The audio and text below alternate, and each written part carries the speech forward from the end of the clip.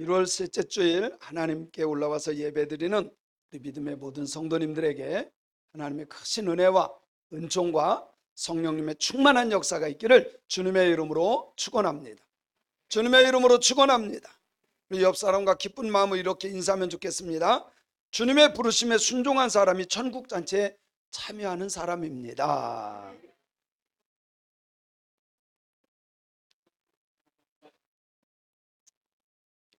다시 한번 인사합니다. 주님의 부르심에 순종한 당신은 참 복받은 사람입니다.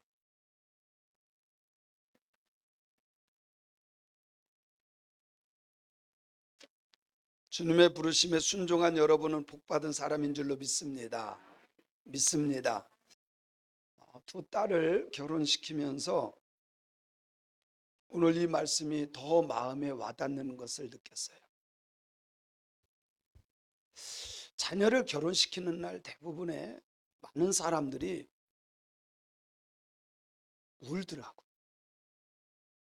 딸 시집 보내면서 우는 부모도 봤고, 아들을 장가 보내면서 집에 가서 통곡을 한 부모도 있대요. 저는 어땠을까요? 여러분이 저를 봤죠? 결혼할 때 어땠어요? 그죠? 저는 너무 좋았어요. 우리 둘 딸들 결혼시키면서 너무 좋았어요. 애들이 결혼하면 행복한 가정을 이루겠지?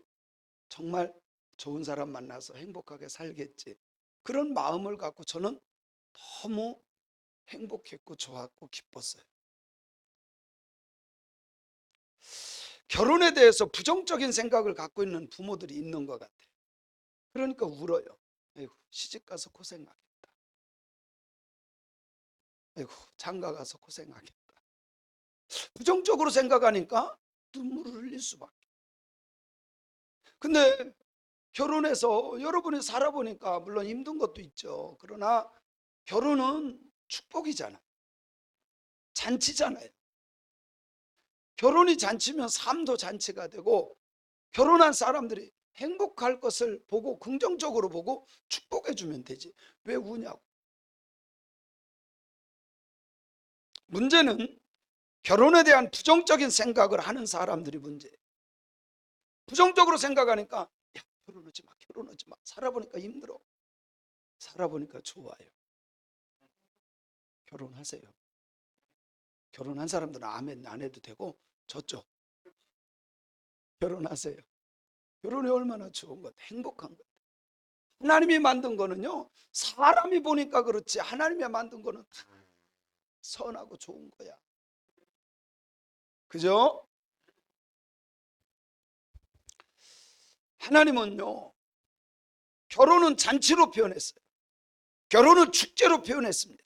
그래서 예수님 오실 때 신랑 되신 예수님께서 오시는 모습으로 거룩한 신부를 맞이해서 아버지의 집인 천국으로 데려가는 것으로 묘사하고 있습니다. 오늘 성경 말씀을 계속 연결해서 보면 이런 내용이에요. 하나님께서 선택한 백성이 있었어요. 이스라엘 백성. 이스라엘 백성들을 구원시키고 그들을 통해서 하나님의 뜻을 이루기를 원했는데 말을 안 들어요. 말을 안 들어요. 그래서 앞에 보면 이 마태복음 22장 이전에 보면 이런 내용이 나와요. 아버지에게 두 아들이 있어요. 아버지가 어디를 잠깐 갔다 오면서 아들에게 부탁을 합니다. 그네야, 너 포도원에 가서 일 좀 해라. 예, 알았습니다. 대답을 아주 잘했어요. 둘째한테도 얘기합니다. 둘째야, 너도 형하고 같이 포도원에 가서 일 좀 해라. 싫어요. 아버지가 멀리 갔습니다. 갔다 와보니까 일한다고 대답했던 큰아들은 일을 하지 않고 둘째 아들은 일했어요. 아마도 아버지가 갔을 때 내가 노는데 정신 팔려가지고 왜 아버지 말에 거역했을까. 나중에라도 깨닫고 아버지가 시킨 포도밭에 가서 일을 합니다. 누가 아버지의 뜻을 따른 거예요? 둘째 아들이에요. 큰아들은 유대인들이고 둘째는 이방인들을 의미하는 내용입니다. 오늘 말씀도 마찬가지. 천국에 대해서 이렇게 표현해요. 천국은 이 세상에서 표현할 수 있는 것은 혼인잔치다. 이렇게 표현했어요. 그래서 2절에 이렇게 표현합니다. 천국은 마치 자기 아들을 위하여 혼인잔치를 베푼 어떤 임금과 같다. 천국을 표현하는데 이 세상에서 가장 잘 표현할 수 있는 것이 뭐라고요? 혼인잔치. 오늘 이 말씀도 마찬가지입니다. 혼인잔치에 초청을 했어요. 안 와요. 그게 유대인들이에요. 이스라엘 백성들이. 그래서 사거리에 가서 사람들을 몰고 오라 그랬더니 다 몰고 옵니다. 그게 이방인들입니다. 그래서 오늘 이 본문 말씀을 통해서 우리가 초대받은 것도 중요하지만 선택받은 자가 되어야 되겠다. 초청받아도 오지 않는 사람들이 있고 초대받았을 때 오는 사람이 있는데 온 중에서도 나온 사람들 중에서도 택함받지 못한 사람들이 있다. 오늘 말씀을 통해서 우리는 교회 안으로 초대받은 예수를 믿는 자들이에요. 이제 선택받는 하나님의 사람들이 되어야 할 줄로 믿습니다. 그래서 오늘 말씀은 사실은요 1절부터 10절까지와 10절로 11절부터 14절까지 두 내용으로 이렇게 나뉘어져 있는 것을 우리가 볼 수가 있습니다. 두 가지의 비유가 겹쳐진 내용이에요. 1절부터 10절은 혼인잔치에서 베푼 왕과 초대에 불참한 사람들에 대해서 왕이 심판한다 이런 내용이 있고요. 그리고 14절까지 11절부터 14절은 초대에 응했지만 예복을 입지 않은 사람이 있었어요. 그 사람도 심판받는다 이런 내용에 대해서 두 가지의 비유를 하나로 묶어서 하고 있다는 사실입니다. 이 비유는 과거 유대인들 중심으로 진행되던 구원, 이것을 말을 안 듣는, 아무리 불러도 오지 않는 그들을 버리고 이방인들, 우리들인 이방인들을 구원하고자 하는 하나님의 의도가 있는 것을 우리는 볼 수가 있습니다. 우리 다 같이 2절을 한번 읽어보겠습니다. 2절 시작. 천국은 마치 자기 아들을 위하여 혼인잔치를 베푼 어떤 임금과 같다.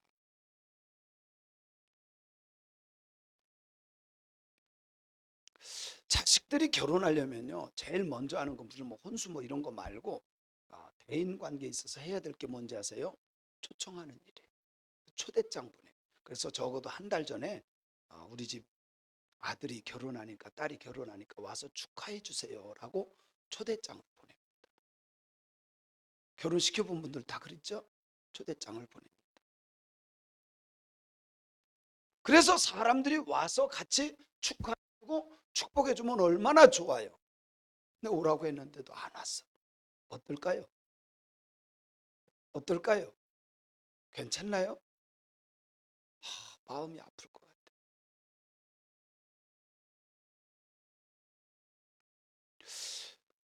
같아요.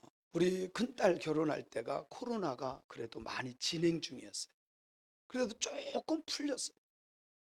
근데 원래는 영등포 쪽에 그쪽에 결혼식장을 잡았는데 갑자기 큰딸이 아빠 이쪽에 가까웠기도 하고 큰데 넓은 데가 있는데 한번 가보시겠어요? 그래서 제가 같이 갔어요. 너무 좋은 거예요. 넓고 얼마나 좋죠. 우선 저 영등포 쪽에 있는 거기는요 주차 공간이 없어요. 그래서 저까지서 거기다 놓고 와야 돼. 유명하게 맛있는 식당이라고 해서 좋기는 한데 주차가 별로예요. 그래서 이쪽 가보니까요 엄청 넓어. 한 400평 정도 돼요. 그때가 프로모션 기간이기 때문에 원래는 비싼데 아주 싼 값에 해준 거예요. 아주 싼 값에. 얼마나 감사해. 보니까 주차 공간이 1600대. 그리고 식당이요 서울시에서 그런 식당이 없을 것 같아요. 600석이에요. 600석. 거리두기를 해도 충분해. 그리고 다른 데는 결혼식장 가보면 여기서도 하고 저기서도 하고 막 4집이 하고 5집이 하고 막, 그래서 완전 북새통이야. 근데 거기는 딱 한 집만 받아. 그 시간에 딱 한 집. 그 시간에. 사실요, 결혼식을 외국에 가서 보면 밤새도록 잔치야. 진짜 축제. 밤새도록 해. 제가 미국에서 결혼하는 거 봤어요. 근데 하루 종일 해. 이란 가서도 우연치 않게 봤어요. 그 사람들이요, 낮에는 더워서 안 해요. 저녁에 밤새도록 합니다. 근데 우리나라는요, 1시간 돈 예약을 하거든요. 근데 1시간 예약을 하지만 사실은 결혼식은요 10분 20분밖에 안 줘. 빨리 끝내요. 제가 이렇게 주례하러 가잖아요. 그러면요 제일 먼저 하는 게 몇 분 할 겁니까? 걱정하지 마세요. 빨리 끝내야 돼요. 이 사람들은요 결혼이 중요한 게 아니라 빨리 끝내는 게 중요한 거예요. 결혼이 무슨 도장 찍어서 그냥 막 이렇게 카피하는 것 같이. 그게 아니라 이거는요 결혼식은 축제야. 잔치야.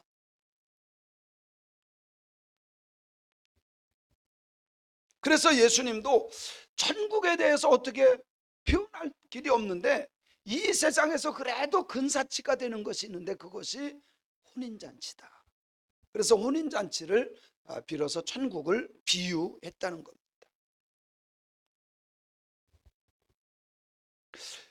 유대인들은요 이 식탁에 대해서 우리가 유대인들의 식탁을 알아야 돼요. 이 유대인들이 식사를 같이 한다는 것은 공동체의 일원이라고 합니다. 너하고 나하고 관계가 좋은 관계다. 사실요 결혼식장에 아무나 초대하지 않아요. 아는 사람을 초대해요. 그죠? 그래도 친한 사람을 초대하는 거예요. 유대인들은 같이 식사를 한다라고 하는 것은 동질감과 같은 공동체라고 하는 의식이 있는 거예요. 그러니까 잔치를 배설하고 안 오면 너는 나하고 관계가 없는 사람이다. 그런 의미를 갖고 있는 거예요. 특별히 유대인들의 절기를 보면 식탁 교제는요 구원받은 백성들이 누리는 하나님과 친교하는 자리다. 절기가 그런 것듯이 혼인잔치도 마찬가지. 나하고 관계되는 사람이 나하고 같은 구성원이 돼서 같이 즐거움을 누리는 거다. 여러분 저는 많은 결혼식장도 가보고 장례식장도 가봐요. 어떤 결혼식장에 가면요 아무도 없어요. 식구들도 없고 친구들도 없고 몇 명밖에 없어요. 저는 우리 성도님들이 하여튼 이거는 관계를 좀 잘해야 된다. 인간관계 잘하는 게 믿음 좋은 거야. 아멘. 그래서 무슨 관혼상제 때 보면 그 사람이 인간관계를 잘했느냐 못했느냐를 우리가 알 수 있는 거예요. 저는 우리 성도님들이 인간관계를 좀 잘했으면 좋겠어요. 그죠? 결혼식장에 가보면 다 알아. 장례식장에 가보면 다 알아. 그러려면 어떻게 합니까? 누군가가 나를 초대하면 가야 돼. 아무 데도 안 가는 사람이 있어요. 그러면 그 사람 무슨 일이 생기면 사람들이 안 가잖아. 여기는 임금이에요, 임금. 적어도 임금이 초대하면 가야 돼. 그렇지 않나요? 임금이 초대했어요. 그런데 안 가.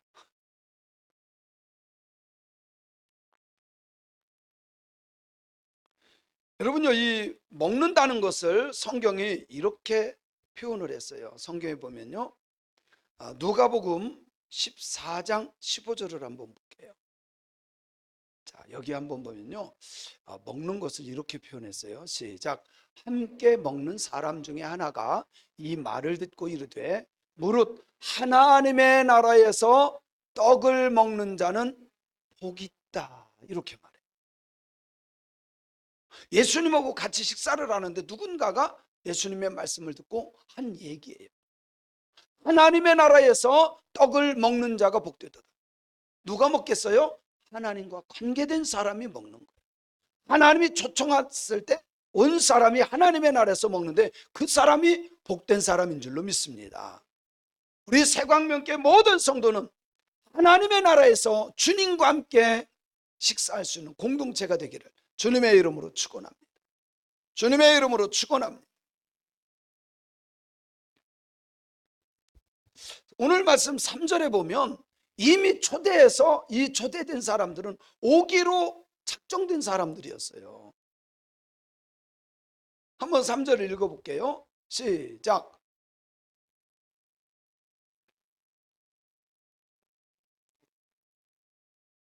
다 초청했어요. 주인 입장으로는 다 올 것 같아서 보냈어. 근데 오기를 싫어한 거예요. 저도요, 잔치해 보니까 오기를 싫어하는 사람들이 있었던 것 같아요. 아, 이 사람은 나도 갔었는데 갔는데 안 오는 사람이 있어. 오기를 싫어해. 나는 분명히 가줬는데. 여러분 어떨까요? 어떨까요? 솔직히 어떨까요? 그래, 솔직히 기분이 그래. 아, 이 사람만큼은 왔어야 되는데 내가 분명히 초대했는데. 여러분의 자녀를 결혼시키는데 초대했는데 안 오면 그렇죠. 그래서요, 다녀야 돼. 가졌는데도 안 오는 사람도 있어. 그러면 안 돼.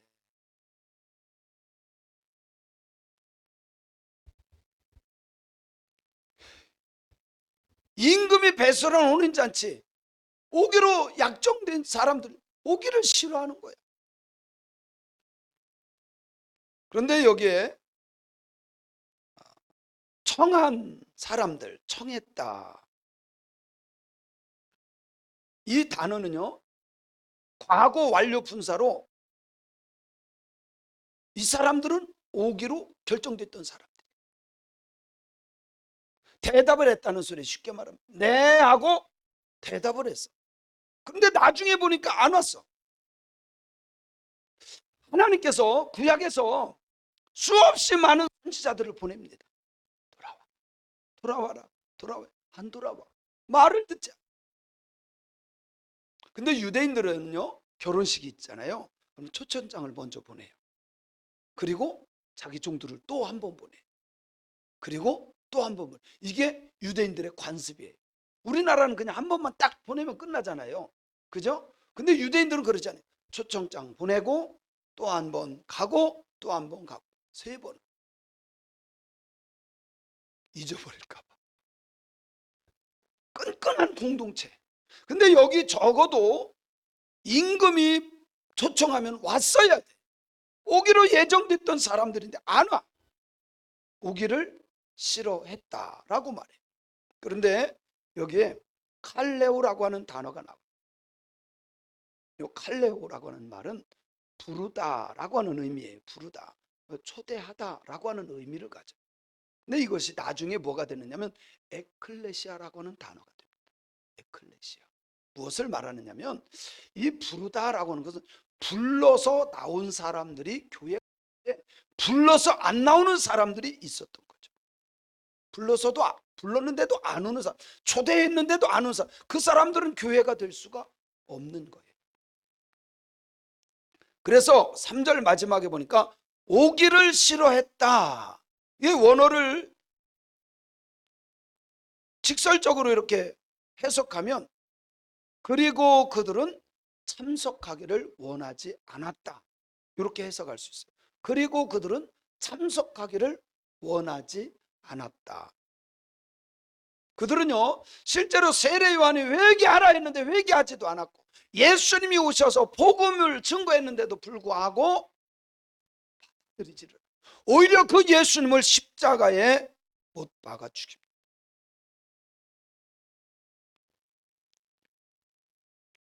주님은, 그 왕은 다 준비했는데 예수님은요, 이 잔치를 하나님의 나라를 비유해서 말씀하는 겁니다. 예수님은 하나님의 나라를 다 준비했어. 아멘. 완벽하게 준비했어요. 그래서 4절에 이렇게 말씀하고 있어요. 시작. 다시 다른 종들을 보내 이르되 청한 사람들에게 이르기를 내가 오찬을 준비하되 나의 소와 살찐 짐승을 잡고 모든 것을 갖추었으니 혼인잔치에 오소서 하라 하였더니. 여러분, 하나님의 나라는 뭐 잔치에도 먹을 거 있고 좋았죠.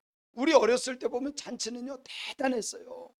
요즘에는 그 결혼식장에서 그냥 잠깐이면 끝나죠. 1시간이면 그냥 다 끝나잖아요. 근데 우리 어렸을 때는요, 내일 잔치면 오늘 음식을 다 준비해. 저희 어머니도 가서 뭐 부침개도 해주고 뭐 이것저것 해요. 전도 부치고. 그럼 이렇게 지나가면 우리 엄마가 꼭 불러요. 그래도 그거 하나를 줘요. 얼마나 맛있는지 몰라.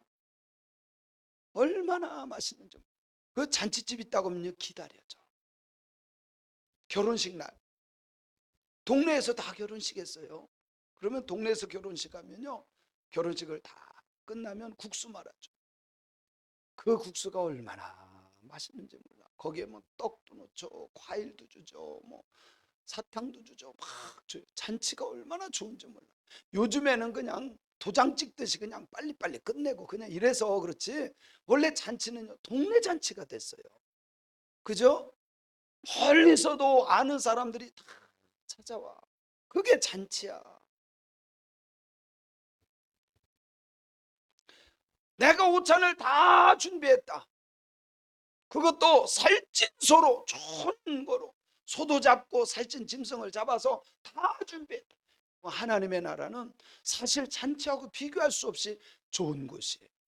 우리가 상상하는 것보다도 훨씬 더 아름답고 좋은 곳이 하나님의 나라인 줄로 믿습니다. 믿습니다. 초청을 했지만 인간의 패역한 사람들은 응답을 하자. 가기 싫어합니다. 첫 번째 초대를 합니다. 두 번째 갔다 와요. 세 번째 안 와.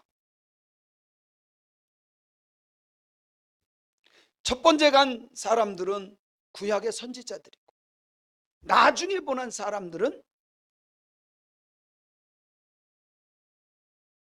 오늘날 복음을 들고 전도하러 다니는 사람들일 수도 있어요. 잔치를 다 준비한 것처럼 하나님의 나라가 다 준비되어서 우리가 가서 복음을 전하면 듣고 와야 되는데 쉽게 옵니까? 갖가지 핑계를 댑니다.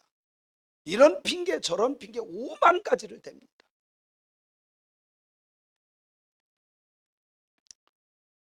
참, 잔치를 다 배설해 놨는데 오지 않으면 그 주인을 무시하는 거예요. 참 마음이 아플 것 같아요. 이것은요, 하나님의 구원 역사를 무시한 거하고 똑같은 거예요. 왕이 초대장까지 하면 3번을 보낸 거예요. 안 와요. 바로 유대인들을 말하는 겁니다. 구약에서 수없이 많은 사람들을 보냈고 또 예수님이 오셨고 듣지를 않아요. 죽어봐야 알지 뭐. 천국이 어딨어. 사랑하는 성도 여러분, 하나님의 나라를 믿으시기 바랍니다. 내가 예수님 믿고 이렇게 나왔다는 것은 참 큰 축복이에요. 지금은 그거 실감 나지 않은데 하나님 앞에 갔을 때 정말 실감 날 거예요. 아멘. 하나님이 이스라엘 백성들을 얼마나 구원하려고 수없이 많은 사람 보는데 거부합니다. 듣지를 않아요. 오히려 죽입니다. 그래서 8절 9절에 보면 이렇게 말해요. 8절 9절 시작. 이에 종들에게 이르되 혼인잔치는 준비되었으 청한 사람들은 합당하지 아니하니 네 거리 길에서 가서 사람을 만나는 대로 혼인잔치에 청하여 와라. 여기에 네 거리로 가라, 이 말은요 디엑소도스라고 하는 단어입니다. 디엑소도스 많이 들어봤죠? 엑소도스. 그래서 여기 사실은 출구라고 하는 의미가 있고요, 그리고 빠져나가는 길, 그런 뜻이에요. 무엇을 말하냐면 우리는 이것을 사거리로 생각하는데 사거리가 아니라 사실은 이스라엘에서 나가서 그 말이에요. 자, 이스라엘 백성들이, 이스라엘 백성이 아닌 이방인들이 예루살렘에 왔다가 나가는 그런 지역이기도 하죠. 그리고 이방 사람들이 얼마나 많아. 사실 유대인들보다 훨씬 많은 게 이방인들이죠. 우리들이잖아요. 비교가 안 돼요. 그래서 사거리라고 하는 것은 많은 사람들이 다니는 그곳, 이방인들이 다니는 출구, 빠져나가는 길, 그런 의미를 갖고 있어요.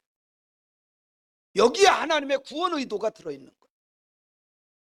이스라엘 백성들을 선택해서 아무리 불러도 듣지를 않아, 오지를 않아, 믿지를 않아. 그러니까 그 방향을 바꿔서 어떻게 한 거예요?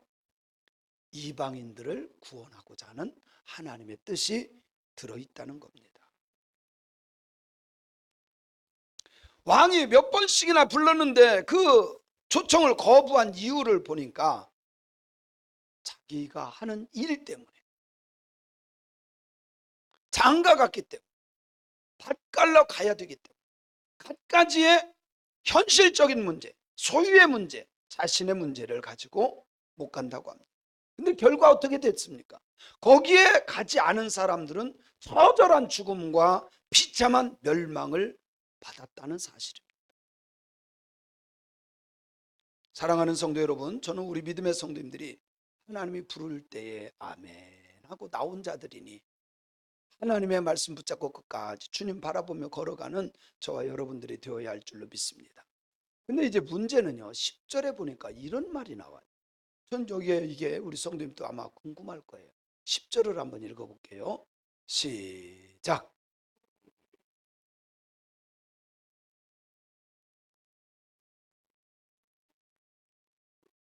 종들이 이제 나갑니다. 나가서 선한 자나 악한 자나 만나는 대로 다 데리고.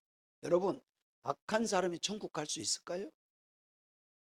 악한 사람이 천국 갈 수 있을까요? 우리는 그렇게 생각하는데 아니에요.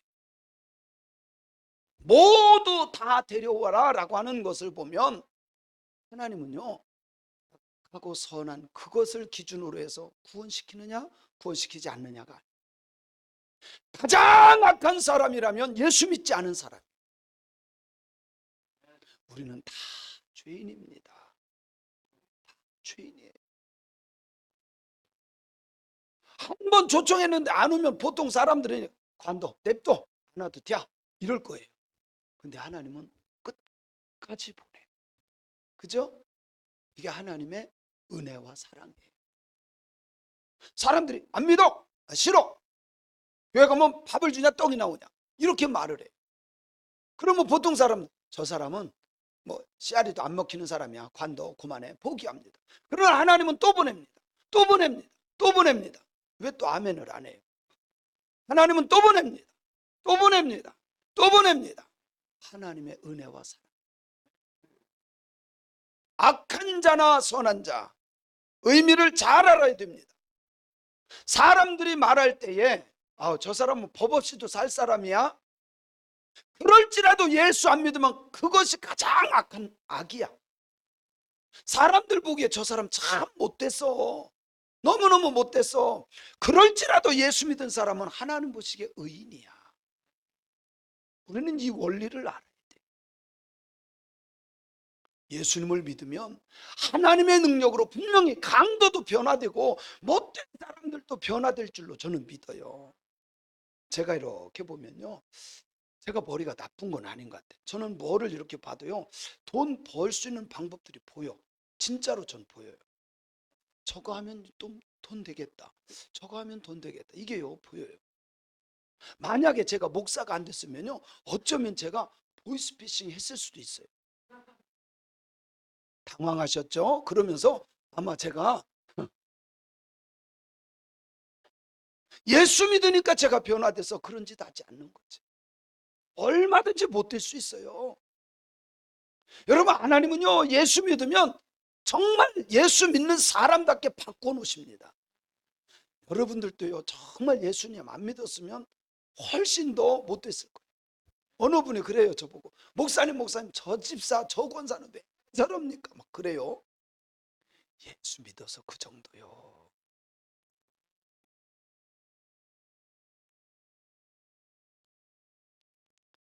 우리 생각에는 악한 사람은 싹 빼놓고 선한 사람 아니에요.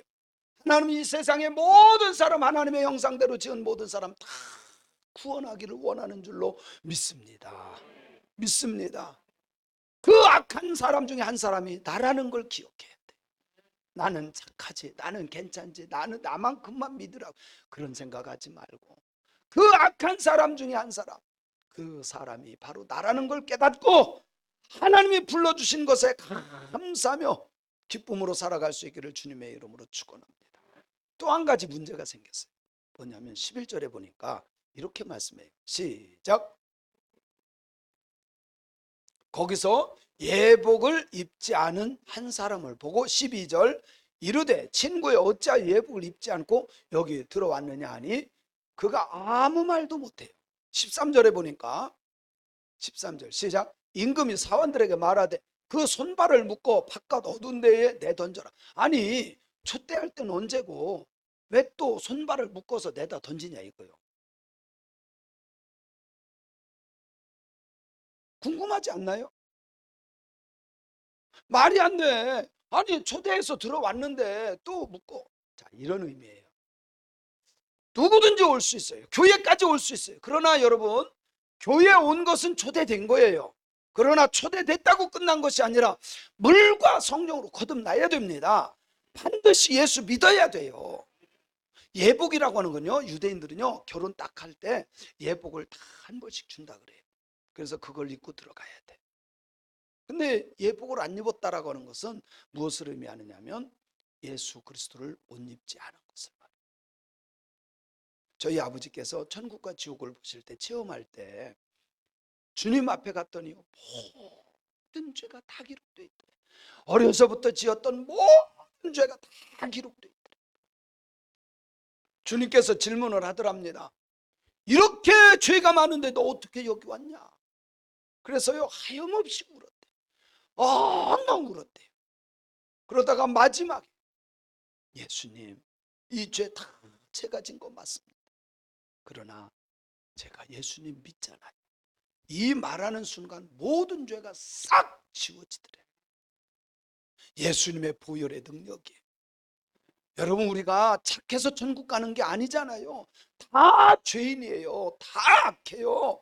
여기 교회 와서 좀 이 정도 된 거지 다 우린 뭐요? 죄인이야, 죄인. 그럼에도 불구하고 하나님 우리를 구원해 주셨고 우리들의 모든 죄 예수님의 십자가의 보혈로 깨끗이 씻어 주신 줄로 믿습니다. 그래서 사도 바울은 갈라디아서 3장 27절에 이렇게 말씀해요. 갈라디아서 3장 27절 시작. 누구든지 그리스도와 하나가 되기 위해서 세례를 받는 자는 그리스도로 옷 입어야 된다. 예수 그리스도로 옷 입어야 된다. 할렐루야. 아멘.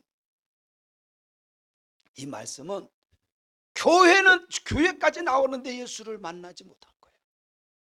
교회까지 왔는데 예수를 안 믿고 그냥 저 사람이 좋아서, 집사님이 좋아서, 권사님이 아무리 좋아서 1년 10년 다녔어도요 예수 못 만나면 꽝이야. 처음에는 끌려왔을지라도 예수님 만나야 예복을 입는 것처럼 구원받는 존재가 된다는 사실을 믿으시기 바랍니다. 그렇습니다. 주님 다시 오실 때 우리들이 입어야 할 예복이 있어야 돼요. 그 예복이 바로 예수 만나고 주님의 거룩한 보혈로 씻음받은, 죄 사함받은 모습인 줄로 믿습니다. 그때도 뭐 성가대 가운 같은 거 갖다 주고 예수님 온다, 그거요 그거 다 사기야, 사기. 가운 입는 게 아니라 세마포를 입어야 되는데 그 세마포는 주님의 보혈로 씻음받은 것을 믿습니다. 믿으시기 바랍니다. 적어도 교회 나왔다고 한다면 예수님 만나야 되고 물과 성령으로 거듭나는 사람들이 되어야 할 줄로 믿습니다. 근데 아무 유구무원이에요. 말을 하지 못해. 뭐예요? 예수님 믿은 적이 없어요.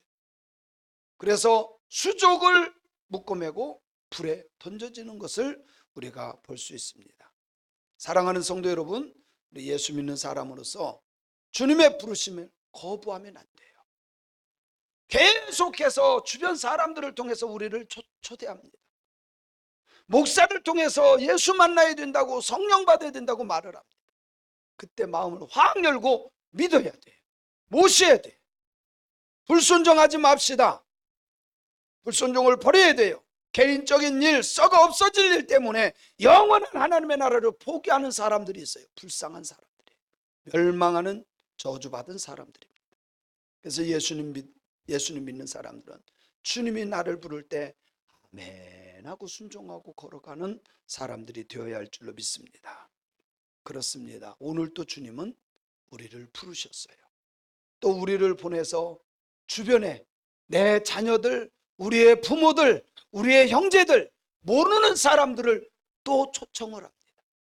그 사람들이 오지 아니할지라도, 거부할지라도 끝까지 불러내서 함께 구원받는 저와 여러분들이 되어야 할 줄로 믿습니다.